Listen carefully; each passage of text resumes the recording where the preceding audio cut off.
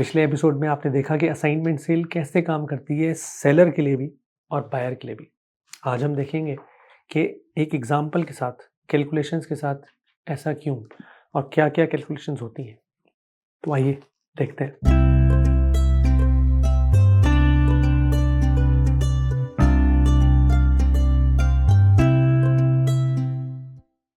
आप अपनी स्क्रीन पे देख सकते हो कि बायर ए ने एक pre construction low rise town home purchase किया 2 स्टोरी, और ये इन्होंने अज्यूम करते हैं कि परचेज किया जनवरी 2020 में।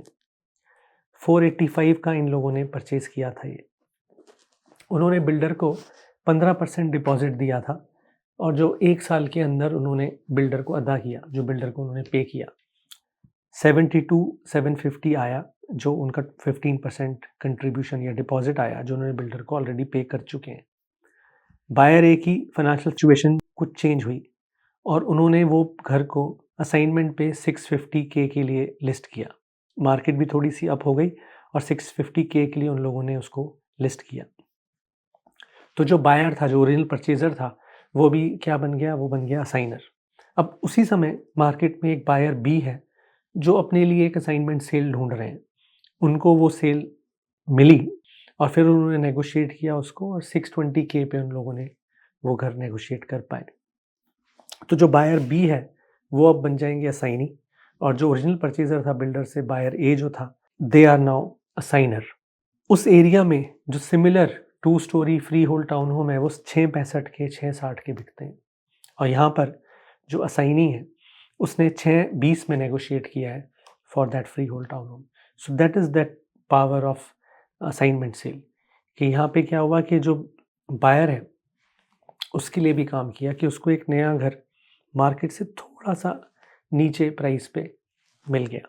तो बायर के तो ये 2 बेनिफिट थे, और सेलर के ये बेनिफिट है कि उनको क्लोजिंग पे HST, land transfer tax, closing cost, legal cost, title insurance cost, utility connection charges, ये सारी कॉस्ट उनको नहीं लगेंगी क्योंकि वो लोग क्लोज करा ही नहीं रहे।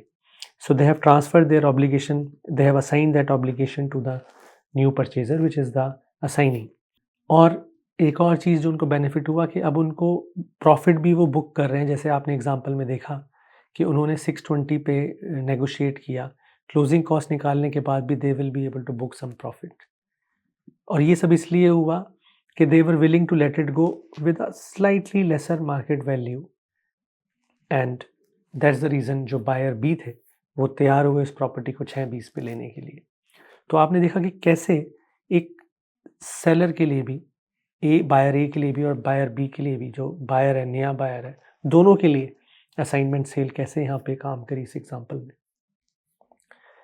अगले एपिसोड में मैं डिस्कस करूँगा कि इसकी डिटेल्स क्या क्या है, क्या क्या ऐसी चीज़ें हैं जो असाइनमेंट सेल के अंदर उसको खास बनाती हैं और जिसकी वजह से ये बायर को थोड़े कम दाम में मिलती है और सेलर भी हैप्पी होता है कम दाम में उसको लेट गो करने के लिए। तो होप आपको ये अच्छा लगा होगा एपिसोड, और कोई भी क्वेश्चन हो, as always reach out to our brokerage Elixir and we will be happy to help. Talk to you soon and take good care. Bye bye.